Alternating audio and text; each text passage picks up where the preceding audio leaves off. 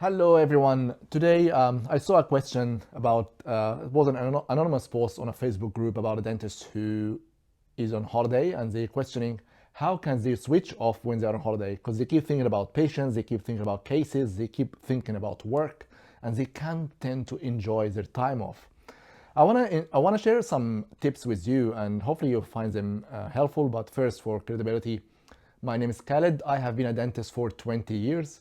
I own my own dental practice, Lakeside Dental Spa in Hervey Bay in Queensland, and I took it from one chair to 10 chairs, from 3 staff members to close to 40 staff members over the course of 14 years. And you can check my details below for credibility.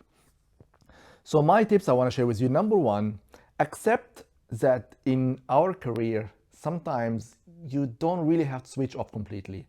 The idea of completely switching off and forgetting about dentistry while you're on holiday is a bit of an unrealistic expectation. And if you put this expectation yourself, you might be very disappointed. I've been doing this for 20 years, and yes, maybe early in my career, probably I was thinking about dentistry a lot more than now. But I want to share with you what can you do. For number one, accept it can be hard to switch off in this type of career, which is okay. Number two, allocate certain times in your holiday to check on your work. Nothing wrong with that. So for example, for myself, maybe let's say I'm on a 10-day holiday with my family. I will allocate maybe half an hour every second day. I like to do it in the morning, first thing when I wake up, because my body can withstand a lot of stresses early in the morning, because I'm still having used all my cortisol, which is my stress hormone, is still not depleted. So I'll allocate half an hour every 2 days to check my emails, check work emails, reply to any emails related to work. And that's whether it's like ownership or associateship or patient related. Half an hour, and that's it. And I tell my children, I tell my family, look, it's Monday, Wednesday, Friday, half an hour in the morning, I might put your breakfast ready or whatever. I need half an hour, do not interrupt me. If you're in a small apartment, on a holiday or something, put some headphones, just isolate yourself for half an hour. So give the exposure to your family, and allocate this half an hour to check on your work and reply to any work-related inquiries that you have to reply to. And if you don't finish in half an hour, just stop. I know, easy said than done, and you know you're gonna catch up on it later, 2 days later, or the next second, probably the day after the day you checked. So allocate certain times to check on your work. Number two, because I travel a lot away from my practice, I'm not the type of dentist who is there every day, 5 days a week, 4 weeks in a month. I taught myself over the year to over-engineer my dentistry a little bit. Over-engineer means I wouldn't put like temporary crowns that, will fall easily. I will tend to lock them in with some flowable between the contacts and maybe do some spot etching. I will really triple and double and triple check my occlusion to make sure my temporaries are not overloaded. My temporaries to be removed are very hard to remove. I have to cut them most of the time. It's just don't come off easily. Any treatment planning as well, I don't really, something that's really borderline restorability, the failure is very limited. I tend to really be honest with the patient and talk about either crown lengthening or extraction and replacement.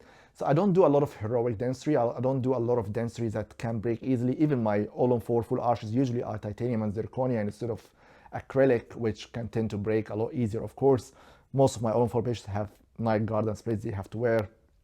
Orthodontics is a big thing as well. If you do orthodontics, do it in a way where your brackets, put some bite tables, open the bite up so your brackets are not overloaded and there is minimal chance of having to redo dentistry. So basically, I tend to over-engineer my dentistry in general because I'm away from the practice a lot. But if you're in a position where you don't over-engineer your practice, you're relying on you being there, fixing temporaries, fixing problems, try to change your mindset toward your dentistry a little bit. But let's assume you don't over-engineer your dentistry and you know you have some cases that might, cause you problems in your way. Third tip I want to share with you is have a list of those cases that you're really concerned about when you're away. Have some clear notes about those cases and assign someone to help you with it. So for example, if you have other associates in your team, just talk to them before you go on holiday. Look, I'm gonna be away for 10 days. I really wanna enjoy this holiday. Those are the cases I'm really concerned about. Patient number one, front crown, deep bite. I'm really worried it might break or Zimmer might break. If it breaks, please do 1, 2, 3, 4. If the tooth is breaks and unresolved, please do 1, 2, 3, 4. Please make decisions and I will trust your judgment. So give them guidance exactly what you want them to do while you're away, so they don't have to interrupt you. So make a list of those cases. If you're a solo practice, you don't have an associate, try to get in touch with another dentist in your area that you hopefully have a good relationship with, or even remotely, where your staff can call them for guidance if they have to, and again give them some clear guidance what to do or how to manage certain cases. So make a list of worrying cases and assign another clinician if you can to help you out while you're away, and you can do the same in return when they're away as well. You can help them out with their cases, and make sure you tell them, make decisions, I trust your judgment. If you really need me, email me. I will try to get back to you. Might have some limited interruptions while I'm there. Might be hard for me to check my emails, but I will get back to you as soon as I can. So gives them autonomy to decide on cases. Have clarity on your notes, what will happen if something goes wrong while you're away on those cases. You probably know those cases by heart, or you really, because you're bored about them.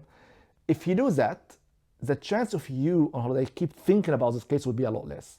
But if you don't do that, and you will always be worried about this case because you don't know what's going to happen when they ring the practice. But if there is clarity on your notes, if this patient rings, please talk to Dr. 123, and Dr. 123 will do 1 in that scenario, or 2 in that scenario, or 3 on that scenario. Trust me, the chance of you worrying about this case will be a lot less while you're on holiday. So number 1 tip, again, lower your expectation about that you have to completely switch off. It's unrealistic expectation. Have a realistic expectation and plan certain times in your days to check on your work. And I would say half an hour every second day if you can.